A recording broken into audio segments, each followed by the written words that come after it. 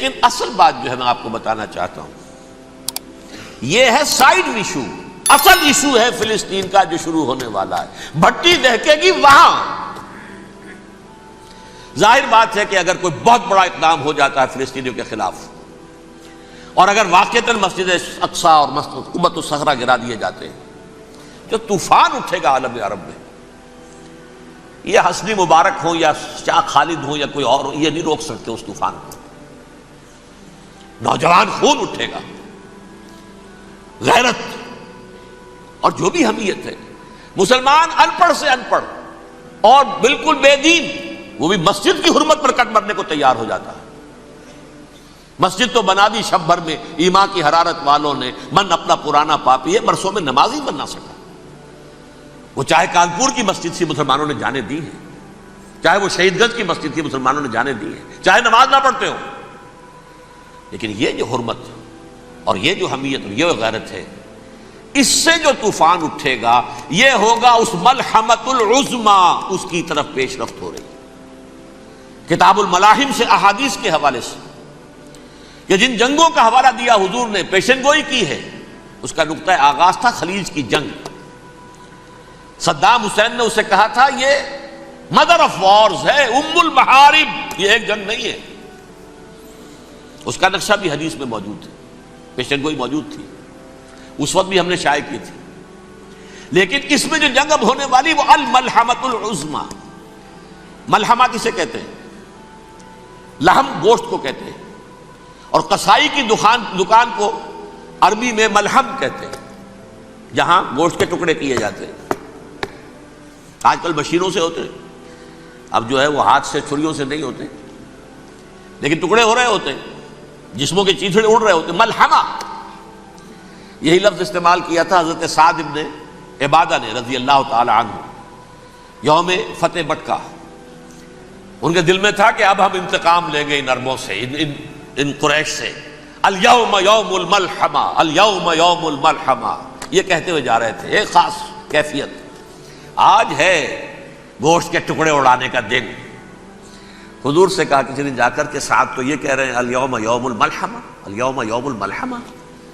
حضور نے فرمایا نہیں، ان سے کہو جا کر الیوم یوم المرحمہ، الیوم یوم المرحمہ، آج رحمت کا دن ہے، آج تو میں ان سب کو معاف کروں گا.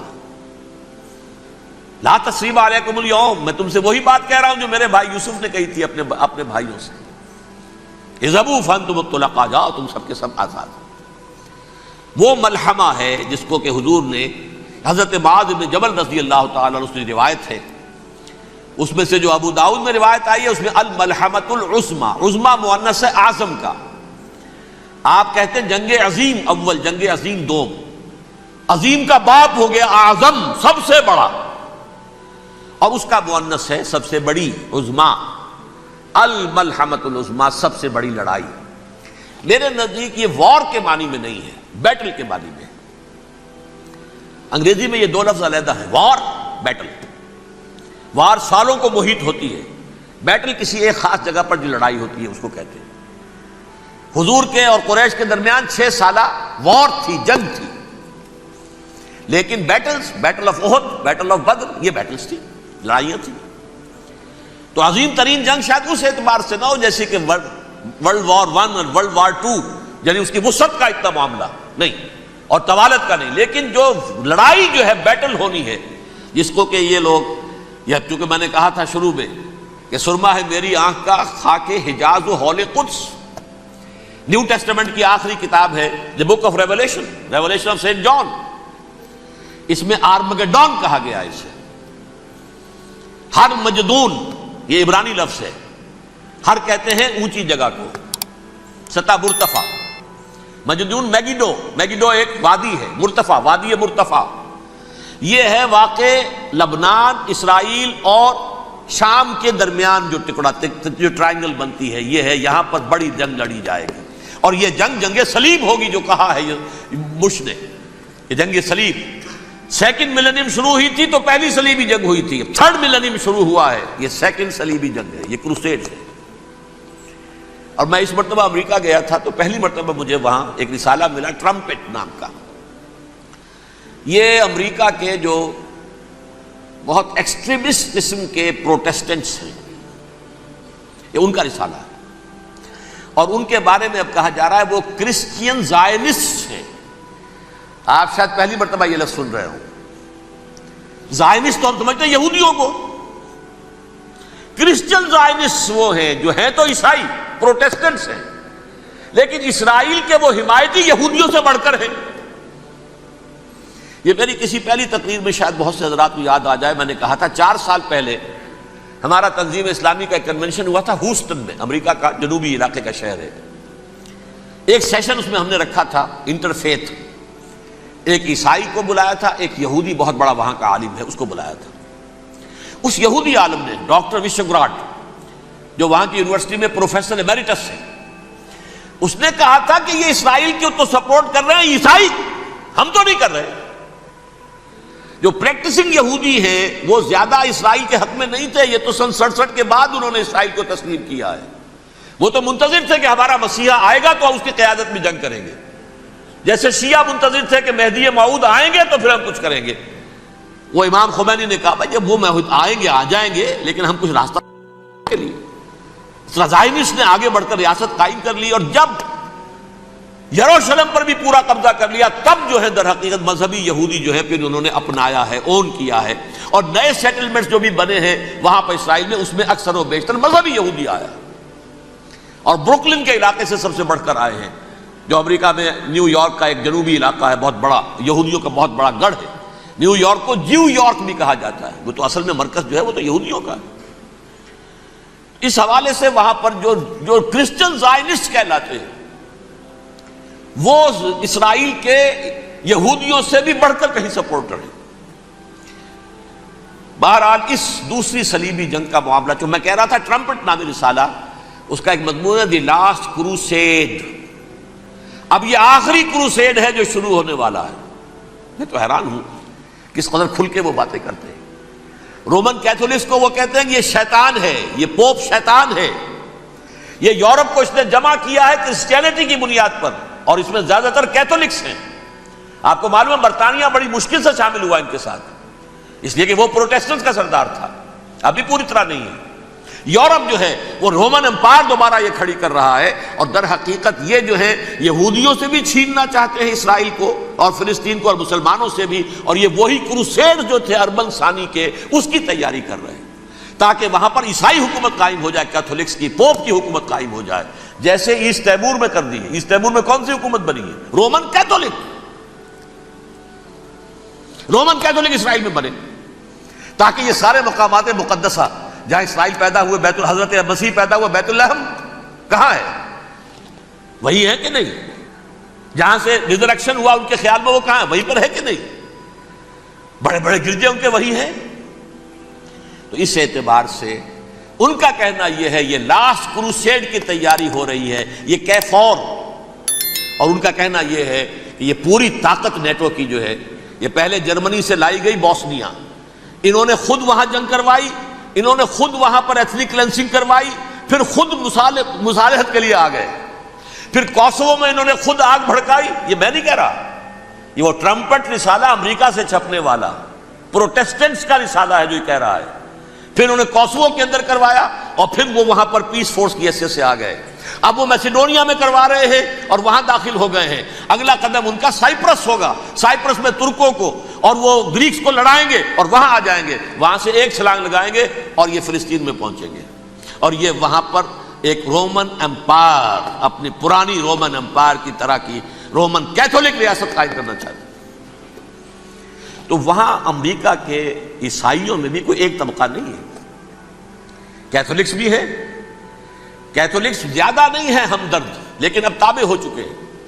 اسحاق ریبین نے جب یہ پیس ٹاک شروع ہوئی تھی، آپ کو یاد ہوگا شاید، کہ جب وہ آیا تھا واشنگٹن سے واپس فلسطین اسرائیل، تو پہلے روم میں رکا for an audience with the pope, اور پوپ کو اس نے ایک مرتبان سا پیش کیا تھا، حضرت سلیمان علیہ السلام کے زمانے کا مرتبان، اور کہا تھا دیکھیے 3000 برس تک ہم نے اس کی حفاظت کی ہے، اب یہ میں آپ کے حوالے کر رہا ہوں۔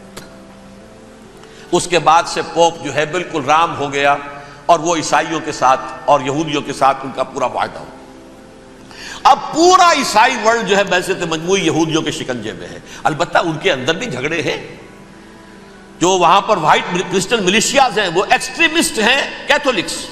ان کے نزدیک دشمن نمبر 1 یہودی، دشمن نمبر 2 مسلمان، دشمن نمبر 3 جو یورپ میں کالے ہیں، ایفرو امریکن، چاہے وہ عیسائی ہو گئے ہوں، کوئی بھی ہوں. یہ 3 دشمن ہیں جن سے انہوں نے کلینز کرنا ہے، صاف کرنا ہے ان کے خیال کے مطابق امریکہ کی سوسائٹی کو. اولاً یہود، پھر مسلمان، اور پھر یہ جو کالے ہیں. لیکن دوسری طرف پروٹیسٹنٹس کے اندر ایکسٹریمسٹ وہ ہیں جنہیں کہا جا رہا ہے یہ کرسچین زائنسٹ ہیں، یہ اسرائیل سے بڑھ کر سپورٹرز ہیں. بہرحال یہ اب جنگ ہوگی، اس کا نتیجہ کیا نکلے گا یہ تو اللہ ہی جانتا ہے. اب میں آخری بات کی طرف آ رہا ہوں. آخری نتیجہ تو جو بھی کچھ اپس اینڈ ڈاؤنز آئیں گے.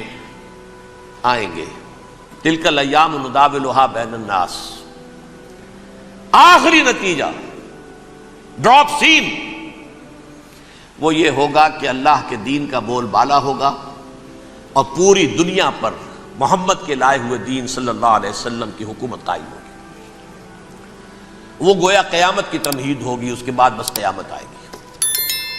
کیونکہ مقصد کائنات، تخلیق کائنات پورا ہو جائے گا. پوری مخلوقات کے اندر مقصد تخلیق، کلائمیکس آف کریشن محمد الرسول اللہ صلی اللہ علیہ وسلم. دین کی تکمیل محمد الرسول اللہ صلی اللہ علیہ وسلم. اور اس خلافت عرضی کے لیے جو حضرت آدم کو خلافت دی گئی تھی، جب اس میں وہ خلافت پوری دنیا پر قائم ہو جائے گی اس کا مقصد پورا ہو جائے گا.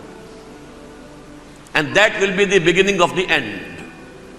اس کے بعد قیامت ہے. آخری نتیجہ تو یہ نکلنا ہے. اس سے پہلے سزائیں ہمیں بھی مل رہی ہیں. اور یہاں میں کانٹے کی بات جو چھوڑ گیا تھا اس کو بیان کر دوں. اللہ نے اس مغضوب علیہم قوم کو، اس ملعون قوم کو کیوں اب تک چھوٹ دیے رکھی؟ میں بتا چکا ہوں یہ بڑے عذاب کے مستحق ہو چکے تھے حضرت عیسیٰ علیہ السلام کے زمانے میں.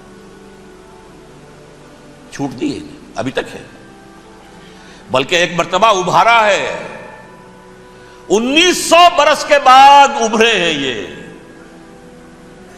بالفور ڈیکلریشن 1917، سن 70 عیسوی کے بعد، تقریباً 1900 برس، 1850 برس تو ہے کم سے کم. پھر creation of Israel 1948، 1967 extension of Israel, یروشلم پر قبضہ. یہ سارا جو ہے کیوں ہے؟ اللہ تعالیٰ اس خیر امت محمد صلی اللہ علیہ وسلم، اس کے بہترین حصے کو سزا ان ملعونوں کے ہاتھوں دے رہا ہے. کیوں؟ جو جرم انہوں نے کیا تھا وہی ہم نے کیا. انہوں نے اللہ کی کتاب کو پیٹھ کے پیچھے پھینکا. نبذ فریق من الذین اوتوا الکتاب کتاب اللہ وراء ظہورہم. ہم نے اپنی پیٹھوں کے پیچھے پھینکا کہ نہیں؟ کولونیل رول سے آزاد ہوئے، کہیں اسلامی قانون نافذ کیا، کہیں اسلامی نظام قائم کیا. تو جو جرم ان کا تھا وہی ہمارا ہے. اور ہم خیر امت ہیں، اور ہمارے میں سے خیر ترین عرب ہیں. ان پر اللہ کا فضل، ان کی مادری زبان میں اللہ کی کتاب موجود ہے. پھر انہوں نے اللہ کے دین کو پیٹھ دکھائی. جو ملک آزاد ہوا کولونیل رول سے، یا اس نے قبلہ کر لیا اپنا ماسکو کی طرف یا کر لیا واشنگٹن کی طرف. کسی نے مکے کو قبلہ بنایا.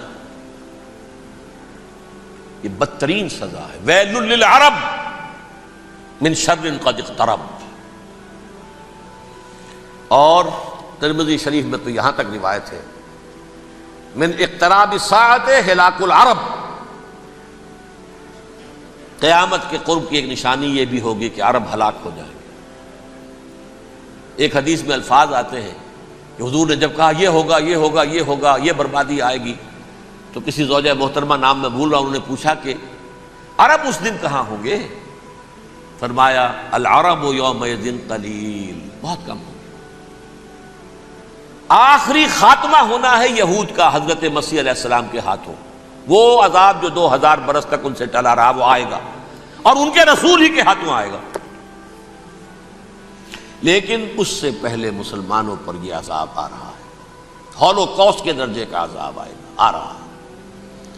البتہ ہم پاکستانی اس میں یوں سمجھ لیجئے کہ وہ تو خبریں موجود ہیں احادیث میں، وہاں تو جو ہونا ہے، اتنے انسان مریں گے کہ ایک پرندہ جو ہے اڑتا چلا جائے گا، وہ نہیں چاہے گا کہ نیچے اترے تو کسی لاش پر اترے، اسے جگہ نہیں ملے گی زمین خالی کر کہیں اتر سکے، تھک ہار کر گرے گا، مرے گا تو بھی لاش کے اوپر گرے گا۔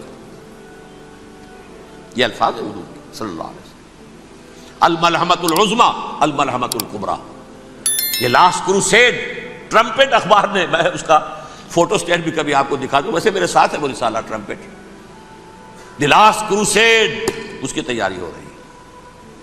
وہ الملحمۃ العظمی اور ملحمۃ الکبریٰ جو ہے وہ آنے والی ہے۔ ابن ماجہ میں اس کبریٰ کہا ہے، اکبر کا مؤنث کبریٰ، ملحمہ کبریٰ سب سے بڑی جنگ اور ملحمہ عظمی سب سے عظیم جنگ، یہ ہوگی اور بہت جلد ہوگی۔ اب آخری بات یہ عرض کر رہا ہوں، کریں کیا؟ کچھ کریں بھی کہ نہیں؟ پہلا کام تو یہ ہے کہ اصل زندگی آخرت کی زندگی ہے۔ دنیا میں تباہی بربادی آ بھی جائے، آخرت بچ جائے، پہلا کام یہ ہے کہ ہر شخص توبہ کرے، لیکن توبہ توبۃ نصوح، توبہ کی تسبیح نہیں، آیہ کریمہ کا ختم نہیں، لاکھ مرتبہ لا الہ الا انت سبحانک انی کنت، اس سے کچھ نہیں ہوتا۔ توبہ یہ ہے اپنی معاش کے اندر جھانکیے، اپنی معاشرت میں جھانکیے، جہاں جہاں اسلام کے خلاف کچھ نظر آئے پھینک دیجئے، نکال کر کاٹ دیجئے، بے پردگی ہے نکالیے، آپ کی کمائی میں کوئی حرام کا عنصر ہے ختم کیجئے، توبہ کیجئے، ابھی کیجئے، عملی توبہ۔ فرائض کی ادائیگی میں کوتاہی ہو رہی ہے، ابھی شروع کیجئے۔ اللہ کے دین کے غلبے کے لیے جد و جہد، ان صلاتی و نسکی و محیایا و مماتی للہ رب العالمین لا شریک لہ وبذالک امرت وانا اول المسلمین، بڑی ہے۔ اگر میرے اور آپ کے کیے کچھ نہ ہوا تب بھی کم سے کم میری اور آپ کی آخرت تو بچ جائے گی، عاقبت تو بن جائے گی۔ اخروی عذاب، سب سے بڑا عذاب، دائمی عذاب، اس سے ہم بچ جائیں۔ دوسرا کام ہے اجتماعی توبہ۔ اجتماعی توبہ کیسے ہوگی؟ یہ سلطنت خداداد پاکستان جو اللہ نے عطا کی تھی، اس میں اسلام کا نظام قائم اور اسلام کی شریعت نافذ کی جائے، اس کے لیے جد و جہد تن من دھن کے ساتھ لگ جانا، منظم جماعت بنا کر، اول تو تمام جماعتیں ایک متحدہ محاذ بنائیں اور آ جائیں میدان کے اندر۔ وہ صرف طالبان کی حمایت نہیں، اس ملک میں اللہ کے دین کو قائم کرنے کے لیے مثبت مقصد سامنے رکھے۔ بہرحال اس کے لیے کوششیں تو جتنی بھی ہو سکتی ہیں ہو رہی ہیں۔